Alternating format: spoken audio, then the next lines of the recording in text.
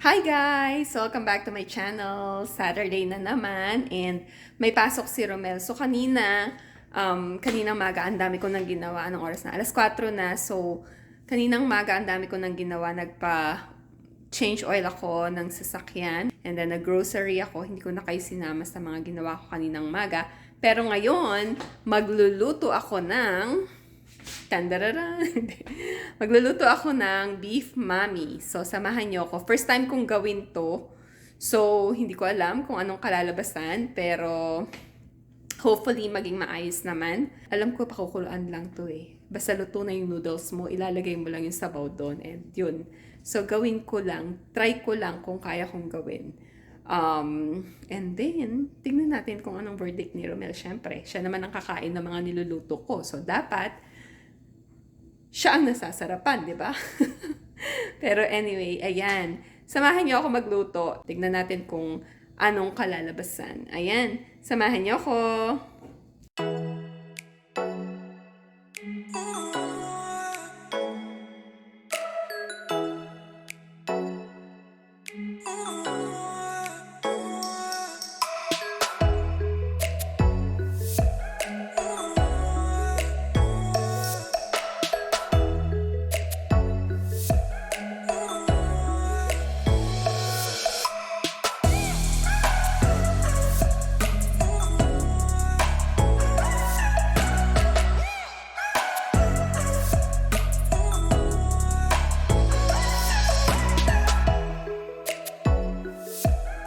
So, ayan, simulan na natin i-gisa at pakuluan yung ating beef.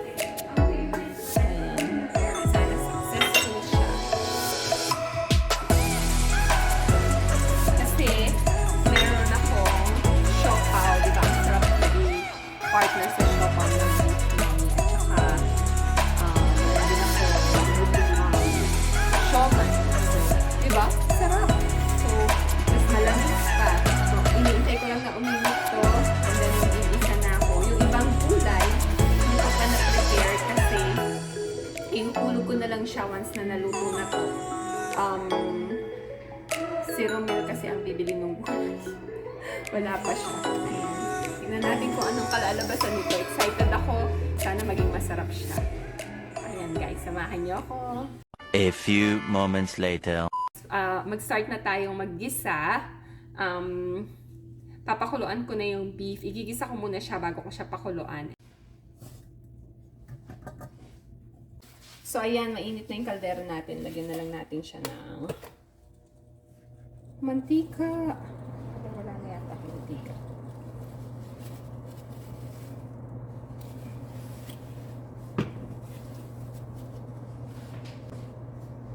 Isa na natin yung bawang.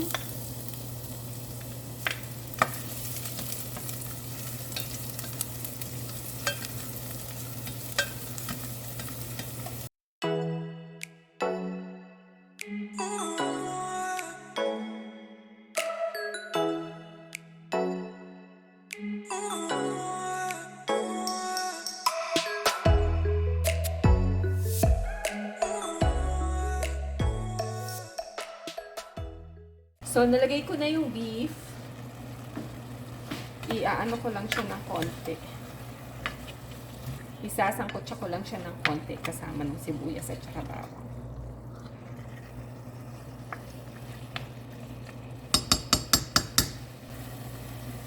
Bango na agad.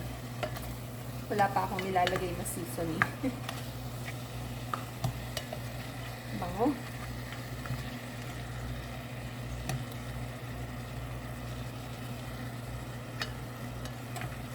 So, gusto ko yung amoy ng ginisa, no?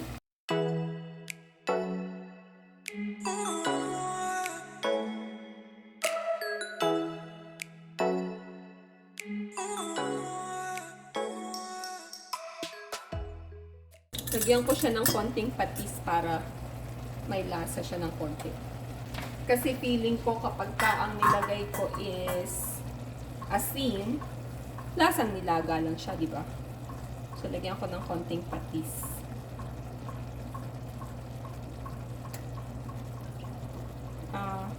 Konti lang yan.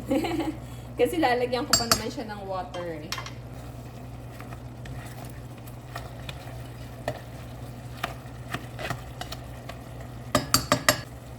So, lagyan ko na siya ng water. Dagdagan ko para maraming sabaw. Isa pa? Or tama na? Dagdagan ko pa. Konti pa. Ayan. Pakukuluan ko lang siya. O, diba? Parang sabaw na talaga siya ng mami, o. Pero pakukuluan ko lang siya. And then, lagyan ko siya ng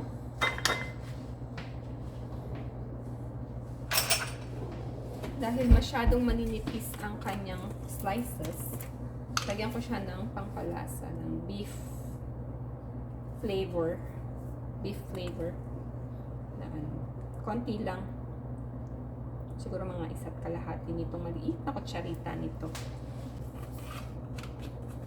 Ayan, ayan. Tingnan talaga natin kung anong lasa nito. Yan, pakuluan lang natin siya. Siguro matagal-tagal na pakuluan to, no? Kasi kailangan dumambot ng baka. Linis-linis. So, ayan. Tignan natin kung anong kalalabasan ng ating beef mami. Nagki-crave talaga kami ni Romel sa noodles, yung mga mami. Nagre-request siya matagal na magluto daw ako ng mami. Hindi ko naman nagagawa. So, ngayon, kasi hindi ako makakita ng noodles para doon. So, ngayon nakakita kami, siguro mga 2 weeks ago, nilagay ko lang siya sa freezer. Kasi nasa freezer din naman siya nung binili ko. So, nilagay ko siya sa freezer. So, tignan natin kung anong kalalabasan. Ligpitin ko lang yung mga pinaggawaan ko kanina and then ipiprepare ko siya for sa paghihiwa ng mga gulay na gagamitin ko. Kung excited ako, sana excited din kayo na malaman kung anong lasa ng mami na gagawin ko. So, ayan. Sana maging masarap siya. So habang iniintay ko na maluto yung sabaw ng mami, itatabi ko na yung mga natirang baka. I-vacuum seal ko siya para hindi magkaroon ng freezer burn yung meat natin. A few moments later. So, ayan. As you can see, nasa loob na ng plastic yung meat. So, isi-seal ko lang siya dito sa side na to. And then, i-vacuum natin siya. So, pakita ko sa inyo.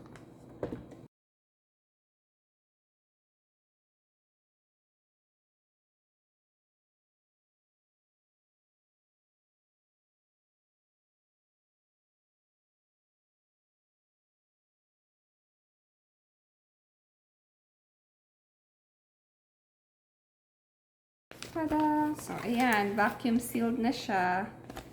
So, mas matagal yung life nung meat. Hindi na siya mag-freezer burn. Nalagay ko na siya sa freezer. So, ayan guys. Hiwain ko na yung mga veggies na ilalagay natin.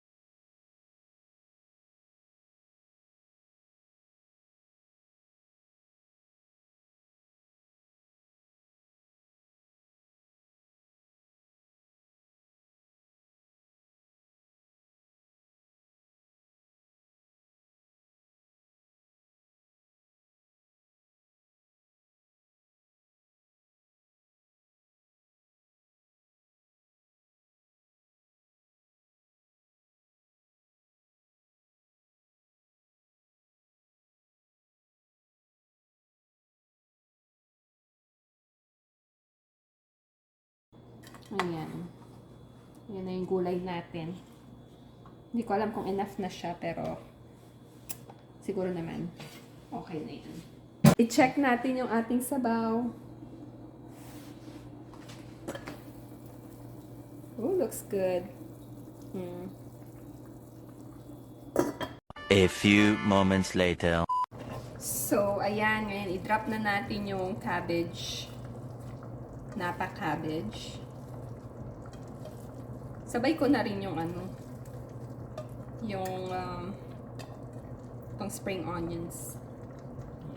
Ayan. So, sabay-sabay na natin yan dyan. Pinatry ko na kay Romel yung sabaw. Sabi niya, pasado naman daw. So, I guess, masarap na mami ang aming kakainin.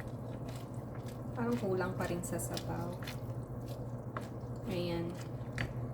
And while waiting for this, I'm gonna prepare the noodles. Hindi ko siya masyadong i-cook para hindi siya malata.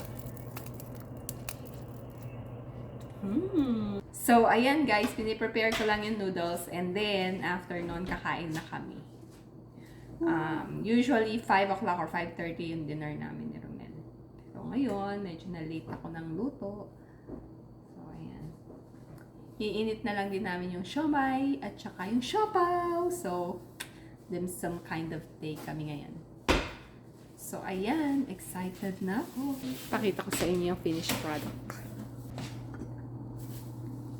Ayan yung ating sabaw. And then, idadump ko lang dyan yung noodles later para uminit lang siya.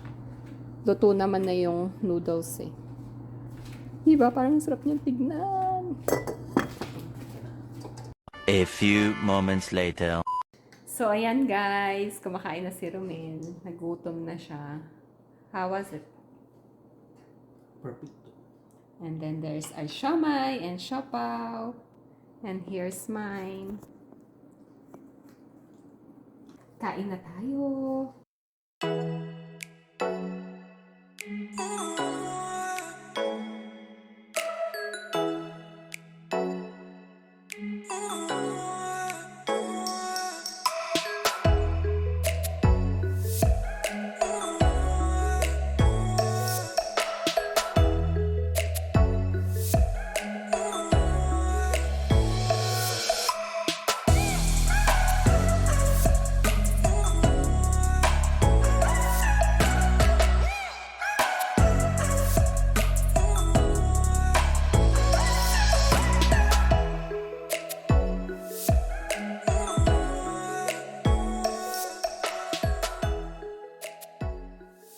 Naka-second serving na si Romel, oh. Na-enjoy mo ba? Yung mami mo? Hindi mo na-enjoy, pero nakadalawang beses ka nang kumuha ng mami. Masarap ba? As long as nasasarapan ka. Good yun. Parang lahat naman sa kanya masarap. Na-enjoy niya yung mami niya. Yun nga lang nabili naming noodles, medyo malata, pero okay naman. A few moments later. So, ayan guys, tapos na kami mag-dinner. And ang cleanup crew, si Romel. Siya ang magugas ng aming pinagkainan. Say hi to the vlog. So, siya ang maghuhugas. Oh, nabuksan ko na pala ito. Success ang aking mommy. So, ayan guys, since tapos na kaming kumain, i-close ko na tong vlog. Thank you for watching. I hope you like this video and please don't forget to like, share, and subscribe to my channel. See you on my next one. Bye! Bye. Say bye to the vlog.